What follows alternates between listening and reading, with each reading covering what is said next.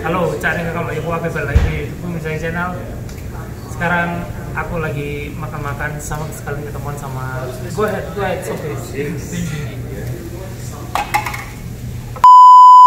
Lagi makan burger. Burgernya enak, kelihatan. Porsinya juga porsi gede.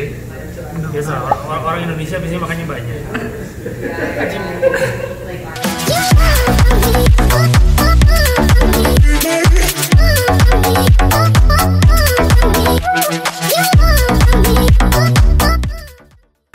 Sekarang aku lagi sama dua orang hebat dari Indonesia. Berdua, kalian dari dulu dari yang sebelah kanan tuh, kalian dari dulu. Hai, nama aku Marco. Aku kuliah di Humber College. Sekarang semester ke-8, tahun ke-4. Aku jurusan International Business. Aslinya mana? Aslinya Papua. Asli Papua, timur jauh, dari timur. Sekarang sebelah kiri juga salah satu orang hebat yang ada di Kanada. Perkenalkan diri kamu. Halo, nama saya Andre Santoso. Sekarang saya kuliah di Newfoundland, di Memorial University of Newfoundland, jurusan Process Engineering. Sekarang saya baru selesai semester ke-6 dan sekarang lagi magang di Vale di Newfoundland. Aslinya mana? Oh, aslinya dari Jakarta. Jakarta mana? Jakarta Utara. Oh, Jakarta Utara. Hidup Jakarta Utara. Anak Blue. Oke, teman-teman, di sini kita ngobrolnya santai aja, nggak usah terlalu yang formal. Jadi aku sekarang lagi bersama dua orang hebat, yang satu kuliah di Toronto, yang satu kuliah di Newfoundland, yang satu sudah selesai, yang satu proses lagi magang. Dan aku mau tanya ke Marco dulu, kenapa kok Kanada, Marco? Pertama kali, apa yang kamu pikirkan? Dari Papua, ya, dari Papua. Biasanya nih ya, sorry kalau aku salah. Biasanya orang-orang Papua larinya ke Jogja, ke Jakarta. Kenapa kok kamu berani menggebrak dirimu untuk kuliah di Kanada? Oke, sebenarnya aku awalnya pengen kuliah emang luar negeri itu udah jadi dambaan kayak semua anak lah di Indonesia bilang kan. Tapi aku termasuk salah satu anak Papua yang beruntung. Soalnya aku kuliah di sini dibiayai sama pemerintah Papua. Wow. Jadi dari awal semester 1 sampai lulus. Yes, jadi semuanya dibiayai. Aku di sini cuma sekolah. Harus biaya gitu doang. Semuanya dibiayai, sekolah dibiayai. Berarti kamu ceritanya gimana? Kamu lulus SMA, terus Ya. Kamu sempat kuliah dulu enggak? Aku dari SMA udah dibiayai sekolahnya. Dulu dari kabupaten, aku di Seruikan. Terus Kabupaten Serui, guys. Google. Iya. Terus jadi dari tiap kabupaten itu di Papua dipilih itu anak-anaknya, waktu itu masih SMA ya. Terus kita dikasih sekolah ke Jakarta di Surya Institute waktu itu. Habis itu dari Surya Institute kita setelah sekolahnya semuanya kelar boleh ke ini kan. Terus kayak dibagi gitu. Jadi ada yang ke Amerika, ada yang ke Jerman, ada yang ke Prancis gitu. Oh, berarti in order kamu memilih Kanada itu dipilihkan atau kamu memilih sendiri? Dipilihkan. Oh, dipilihkan. Kita bisa minta, Okay. tapi harus disetujui di approve gitu. Oh, di approve sama siapa? Sama pemerintah Papua atau pemerintah? Oh, pemerintah Papua. Jadi kamu dipilihkan untuk menuju ke Kanada untuk kuliah di Kanada. Dengan kamu kuliah di Humber College, itu keinginanmu sendiri atau kamu juga dipilihkan dari program tersebut? Mereka ada MOU kan. Pemerintah Papua itu ada MOU sama kampus-kampus di beberapa negara di dunia. Dan untuk Humber College di Kanada MOU-nya cuma sama Humber College. Oh, untuk di Kanada, di seluruh Kanada hanya Humber College yang punya MOU dengan pemerintah Papua. Jadi kalau anak dari Papua misalkan dikirim lagi ke Kanada, masuknya pasti Humber College. Pasti Humber College. Ya. Terus sesuai jurusan kan, aku jurusannya betul mau ngambil bisnis. Oke. Mereka MOU dengan sekolah yang bisnis itu Humber College di beberapa kampus di dunia yang ada jurusan bisnisnya itu Humber College. Apapun degree-nya, diploma atau bachelor atau only bachelor? Bachelor sama diploma. Bachelor sama diploma. Dan kamu ini ngambil apa? Ngambil bachelor. Oh, berarti dia bachelor di Humber College. Terus gimana? Toronto? Toronto so far so good. So far so good. Udah 4 tahun ya di sini ya? 4 tahun di sini udah rasa Bersama nyaman. kan? Udah rasa nyaman di sini. Rasa nyaman. baru 4 hari. udah ada rasa kayak udah nyatu lah. Kayak udah nyatu. Maksudnya gimana? Maksudnya nyatu itu dari budayanya kah? Dari makanannya di sini juga nggak terlalu ini kan, kita bisa dapat makanan segala dari mana aja kan. Tapi di sini kan nggak ada papeda. Nggak ada papeda ya. Jadi ada makanan Asia lah. Oh, ada. Mirip-mirip makanan Indo pun di sini udah bisa dapetin. Jadi nggak terlalu. Emang homesick sih tapi gitu. Kalau di sini ada kesempatan buat bikin papeda kan? Bisa kalau nggak pakai sagu, cuma pakai tepung tapioka. Oh. Satunya kalau tepung tapioka kayak bubble tea. Jadi kayak tengah-tengah lah. Lagi dijualin nih. Feelingnya dapat gitu. Papeda bubble tea. Terus apa lagi? Kira-kira susahnya apa? Susahnya di Toronto ini apa? Jangan cuma kasih senangnya doang, kasih susahnya. Susahnya di sini gimana ya? Mungkin susahnya di sini adaptasi awal-awal ya. Awal-awal itu aku personally 1 tahun. Butuh 1 tahun untuk rasa adjusted gitu. Asosiasi sama socialnya atau sama Social, terus weather, terus literally everything. Oh, oke. Tapi setelah itu aman. Setelah itu udah oke. Sekarang tahun keempat udah terbiasa sama macet-macetnya, udah terbiasa sama telat-telatnya habis, udah terbiasa semuanya. Terus balik lagi sama ini tentang kamu dibiayai oleh pemerintah. Yes. Itu juga termasuk uang sakunya. Uang sakunya dikasih juga semuanya. Pinter loh berarti anak ini ya. Jadi dari bertiga ini yang paling pinter berdua. Saya bukan siapa-siapa. Itu dari Marco, Pace Marco, teman jauh dari timur. Sekarang dari Kokoh Jakarta. Gimana? Jelasin kuliahmu di sini. Kamu kuliah di mana? Ya seperti yang dibilang sebelumnya, kuliah di Newfoundland. Jadi di Kanada kan punya 10 provinsi dan 3 teritori. Jadi Newfoundland itu ujung paling timur. Biasanya kan orang kalau ke Kanada taunya British Columbia, yang ada Vancouver, Ontario, yang ada Toronto, dan Quebec yang ada Montreal. Nah, jadi Newfoundland ini yang diketahuin orang kan. Ini yang bikin menarik. Jadi teman-teman, buat kalian tahu, si Andre ini kuliah di kota paling timur yang ada di Kanada, yaitu di Saint John, di provinsi Newfoundland. Nah, provinsi Newfoundland ini yang kalau kalian tahu ada foto-foto viral yang salju sampai 1 meter nutupin pintu. Nah, itu tempatnya dia. Coba dia. Google aja. Jadi, coba Google Snowstorm apa? Google keywordnya apa? Snowmageddon 2020. Snowmageddon 2020 Newfoundland. Terus ceritain gimana kamu pertama kali, kenapa kok harus ke Kanada? Awalnya dulu ya luar negeri mengalir aja sih, maksudnya nggak terlalu nargetin. Apakah disuruh orang tua? Awalnya mungkin terdorong karena kan kakakku kuliah ke Tiongkok, jadi aku terdorong. Jadi orang pasti bertanya-tanya dong, makanya aku sebagai adik kalau gak kuliah luar negeri kan gimana ya, kayak kalah bersaing gitu. Kalah saing sama kakaknya. Walaupun maksudnya aku nggak merasa itu persaingan banget, cuma kayak ya ada dorongan. Awalnya ya biasa kalau pilih negara lain ya lihat-lihat pengen negara Asia, tapi mungkin pendidikannya terlalu berat kan. Kita kan juga pengen yang namanya pendidikan tinggi juga, yang penting pengen jangan stres lah. Terus gimana? Kuliah di sana berat atau enggak? Jurusan apa tadi bilangnya? Proses engineering. Proses engineering. Gimana kuliah proses engineering di sana, berapa tahun? Berat atau enggak?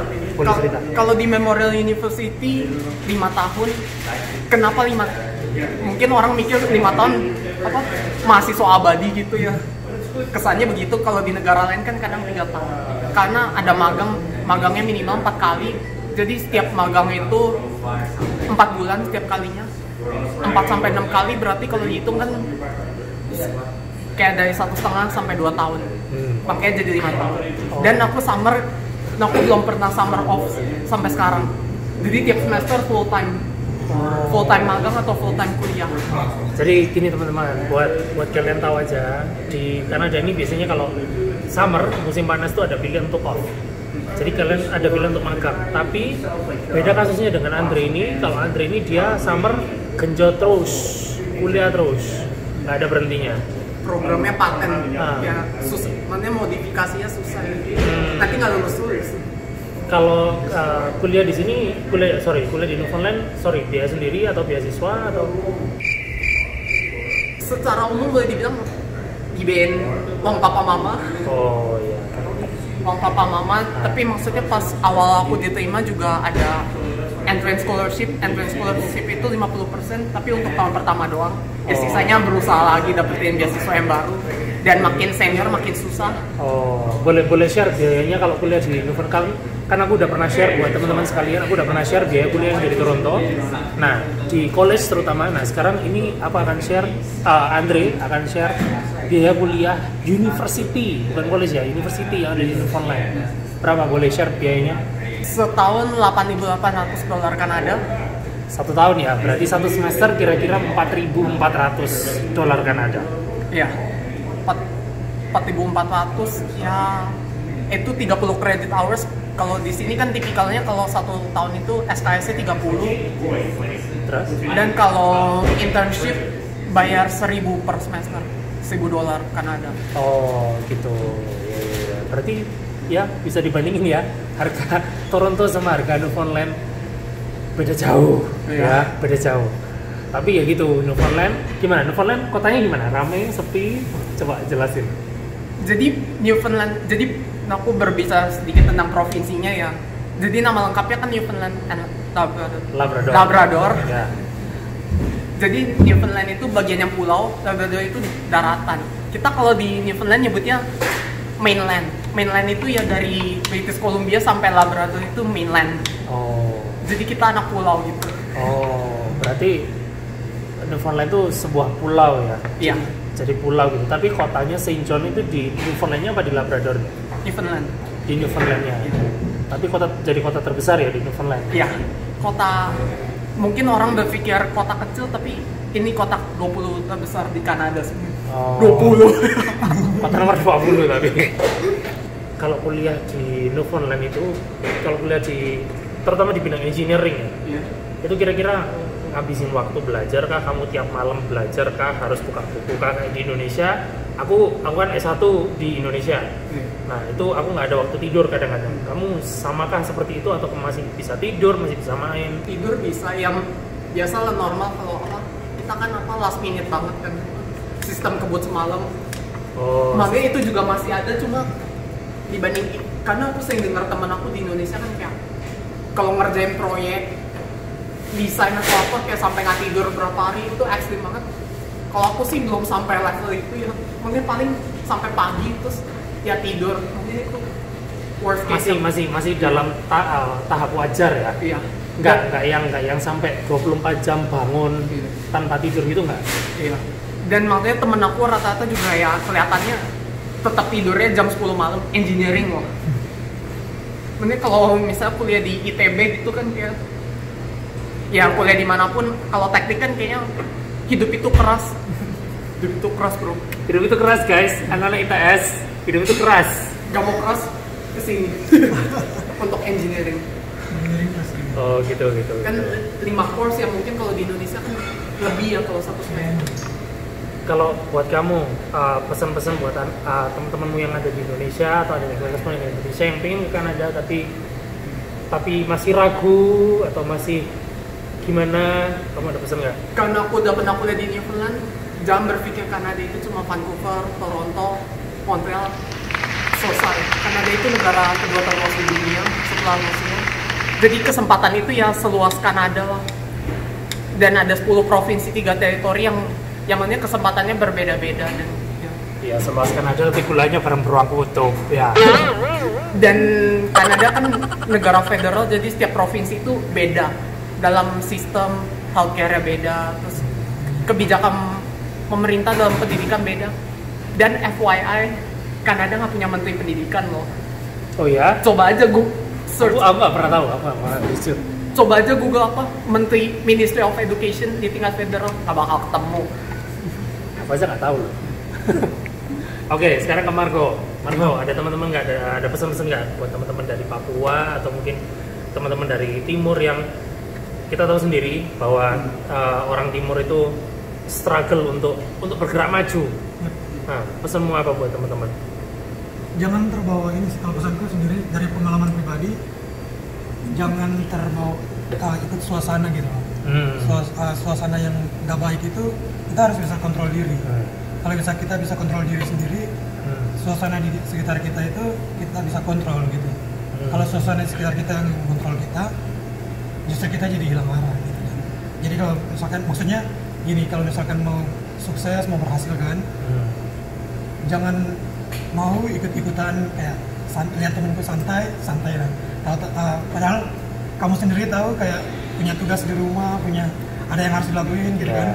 Terus tapi lihat temenmu santai, nggak apa-apa lah, santai aja. Itu menjerumuskan kita ke yang nggak baik gitu. Jadi suksesnya nggak datang-datang. Gitu. Intinya jangan terbawa arus. Ya. Tuh. Itu sih pengalaman aku pribadi. Jadi kayak kehidupan di Papua itu keras juga sih, maksudnya kalau kita nggak bisa ngatur lingkungan kita, kontrol itu lingkungan kita, justru kita yang terjerumus gitu loh. Jadi itu aku lihat kayak banyak di teman-temanku, generasiku kayak in general ya, justru kayak gitu. Justru mereka justru terjerumus gitu, terus jadinya mereka punya kayak change untuk lebih kayak pendidikannya lebih tinggi atau pendidikannya gak cuma sampai SMA terus bisa ini, tapi karena lingkungan mereka ikut sama lingkungan mereka jadinya nggak jadi. Sekarang aku lihat sendiri dan sayang, aku kayak sayang gitu. Sangat disayangkan sekali ya. Padahal kesempatan sudah terbuka lebar. Terus ini yang aku pengen tahu sebenarnya, sekarang teman-teman mainmu, lingkungan teman-teman mainmu diserui, mereka jadi apa? Kamu sekarang udah mulai di luar negeri, kamu sudah FYI, dia sudah mulai untuk mencari pekerjaan di Toronto, bayangin coba. Yang aku mau tahu teman-temanmu lingkungan di rumah itu mereka sekarang jadi apa? Aku kurang, kalau teman-teman di kompleks, soalnya waktu aku yang kompleks yang aku kayak grow up lah, itu aku udah pindah kan, jadi udah nggak keep kontak sama mereka. Tapi kalau ngomong teman-teman di kayak high school, lumayan, aku waktu itu teman kelasku lumayan teman-teman yang disiplin kan, lingkungan temanku. Jadi sekarang aku sempat kayak kontak-kontakan balik lagi setahun belakangan ini sama teman-temanku yang dulu di sekolah di SMA. Mereka lumayan, aku lumayan proud sih. Ada yang udah punya usaha, ada yang udah lanjut S2. Diserui ya itu ya? Iya. Jadi aku bangga juga gitu loh, maksudnya teman-teman mainku dulu waktu di sekolah emang udah disiplin sih dulu. Cuman kenyataan sekarang itu beberapa tahun kemudian kan, aku bangga mereka turn out to be something gitu kan. Kamu nggak nyangka gitu ya? Yang kamu nyangkanya alah paling cuman segini doang, tapi ternyata mereka bisa melakukan lebih dari apa yang aku kira gitu.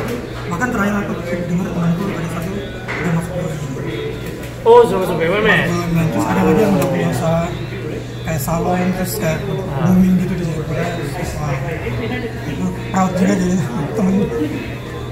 Ini teman-teman, jadi kenapa aku bisa bertemu dengan dua orang ini? Sebenarnya aku janjian ketemu sama si Andre ya. Andre ini datang ke Toronto bukan buat liburan, bukan buat senang-senang. Kombinasi sih.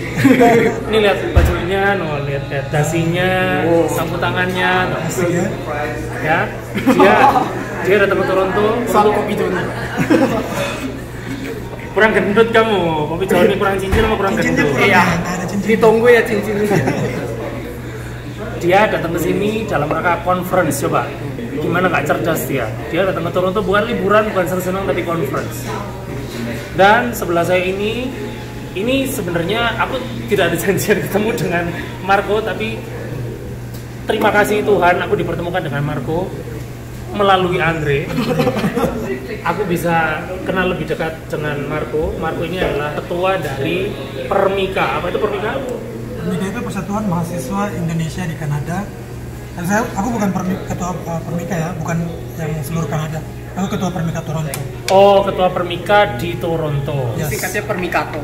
Iya, Permikato. Terus kalau Permika yang seluruh Kanada di mana? Namanya Permika Nasional. Di pusatnya di mana? Nggak ada pusatnya. Ya kita nggak punya lokasi khusus gitu. Jadi tiap tahun kita milih ketuanya. Jadi ketuanya bisa jadi dari Vancouver, bisa dari St. John mungkin, bisa dari Toronto. Tiap tahun diganti ketuanya. Tapi pernah nggak ada gathering permika nasional gitu? Pernah tahun 2018 Di Toronto? di Montreal. Di Montreal? Yes. Dia datang kayaknya. Oh, kamu datang. Kamu juga gabung permika? Iya, Kamu anggota permika juga? mantan. Oh, Gini loh, permika Toronto itu mungkin teman-teman di Kanada juga kadang kayak agak rancu gitu pengertiannya, soalnya mereka pikir permika itu eksklusif gitu lah, maksudnya cuman orang-orang tertentu gitu kan. Ya. Tapi permika Toronto itu permika itu bagian dari PPI, Persatuan Pelajar Indonesia yang disitakan oleh Bapak B.J. Habibie almarhum. Yes. Jadi Kanada itu namanya permika. Jadi semua mahasiswa yang ada di Kanada, yang ada di Toronto, yang ada di Vancouver otomatis masuknya ke dalam permika. Oke. De facto. Iya, jadi udah pasti udah masuk. pasti masuk ya. Iya. Kalau ini ada nggak ada cabang permika Newfoundland gitu ada nggak? Permika Rajanya kabur. Permika Newfoundland ada? Ada, tapi maksudnya karena terlalu kecil kan, maksudnya sekarang totalnya ya kurang lebih ya sampai 10 orang. Jadi, Oh ya udah, berarti langsung aja. jadi kayak casual aja, yang kalau mau formal kan kayaknya susah gitu, kayak bikin event. Padahal ngumpul satu rumah cukup, ngapain bikin? Oh ya udah, kalau gitu langsung aja diresmikan kalau Andre adalah ketua permika cabang Newfoundland. Waduh, mantan. Nah, secara ketok palu tanda tangannya via YouTube. Toronto 3 Maret 2020, Andre dinobatkan sebagai ketua permika cabang Newfoundland and Labrador. Jadi gitu ya teman-teman, subscribersku semua, penontonku semua, kalau kalian mau follow Instagramnya dua orang hebat yang ada di sebelahku ini, follow aja Instagramnya di sini. Mana Nanti sini ya? sini. Sini. Gitu aja, dan jangan lupa subscribe, like, give a comment, share ke teman-teman kalian. Share ke teman-teman kalian yang butuh motivasi juga, yang pengen kuliah di luar negeri, nggak cuma di Kanada, di Amerika bisa, di Australia bisa, di around the world. Guys, beneran kuliah di luar negeri, cari pengalaman baru, temuin orang-orang baru di sekitar kalian, temuin orang-orang hebat di sekitar kalian, maka orang-orang tersebut atau lingkungan itu akan merubah kalian menjadi orang yang lebih baik. Aku jamin. Amin. I'll see you guys in the next video. Stay extreme, stay positive. Bye. Bye.